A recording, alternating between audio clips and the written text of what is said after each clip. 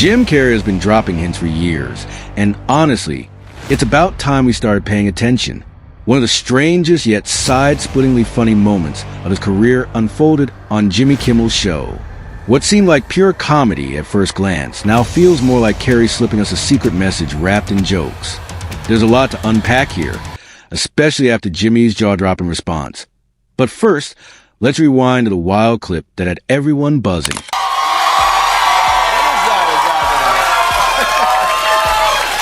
Is that a gang sign? Have you, Oh, like you don't know what it is. You don't know what that is. I have no idea. You don't know. Jimmy Fallon doesn't know. David Letterman doesn't know. We don't know. All the comics and show business don't know what this is. Right? Yeah. Jimmy Kimmel went from chuckling to visibly unsettled faster than you can say, cut to commercial. And you could almost see him thinking, wait, what did he just imply? Don't worry. We're not going full conspiracy parade over a hand sign. What Jim Carrey seemed to be pointing at was something quieter and nastier than secret clubs. He's been quietly fed up with Hollywood's glittery carnival for years, and on that couch, he practically shrugged and said, look, hosts like Kimmel are part of the spectacle, trained to dazzle you while the real story sneaks out the back. Picture the Coliseum at the exact moment Rome was burning. The modern version is a glowing TV screen, endlessly hypnotic, selling narratives while the important stuff gets left to smolder. I'm sick and tired of the secrets and the lies. It is the secret symbol of the Illuminati, and you're a part of it, and it is the all-mocking tongue. Oh, I like it. It uses scraping. It's the symbol of the all-mocking tongue. And I'm sick of it. I want everybody to be in on the joke, man. You know what I mean? Like, for years now, talk show hosts, people on television, people in sitcoms have been hired by the government to throw you off the track, to distract you, to make you laugh and stuff like that, make you happy and docile so you don't know what's really going on. Jim Carrey said it right to Jimmy Kimmel's face, wrapped in just enough sugar and slapstick to make it untouchable. When comedy becomes a delivery system, the medicine slips right past our defenses.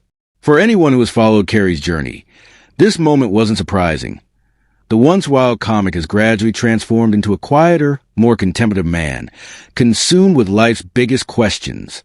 He's chasing meaning in a world obsessed with noise, a privilege most people never reach because they're stuck drowning in trivial entertainment, petty politics, and hollow distractions. And where do those distractions come from? The very Hollywood industry he spent his life at the center of. As Carrey himself once put it, I wish everybody could get rich and famous and do everything they ever dreamed of so they can see that it's not the answer. So, is this really about Kimmel personally? Probably not.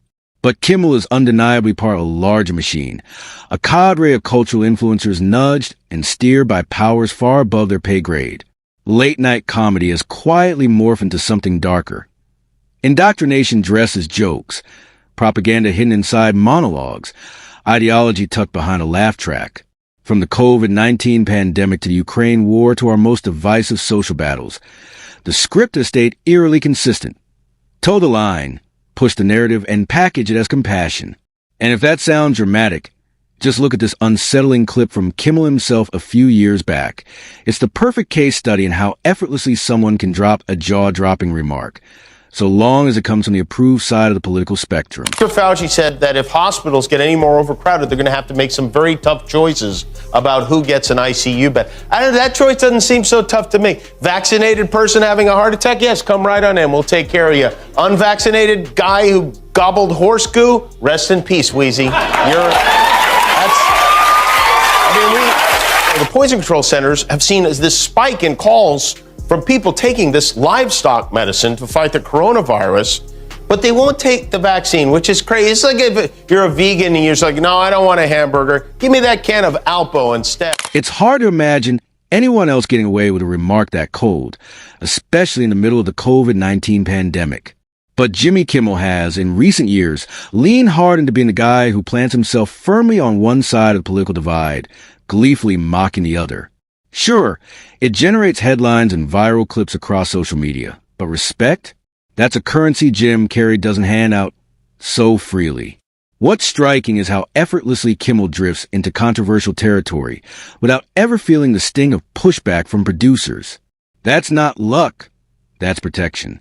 He's part of a media class that operates with safety net, and it's exactly that privilege that makes someone like Carrey raise an eyebrow. Why is it that certain figures get a free pass? Perhaps because when you're playing for the emperor, the circus is always welcome. After all, it keeps the restless crowd entertained while the empire does what it pleases. And that's the very slumber Carrey keeps trying to jolt us out of. To drive the point home, here's another recent example. Kimmel making some less than flattering remarks about Donald Trump's death and receiving nothing but applause from his audience. Those 3 judges he appointed to the Supreme Court take this case and rule against him. He is going to blow a whale-sized windmill out of his. I mean, it might actually. This could be it.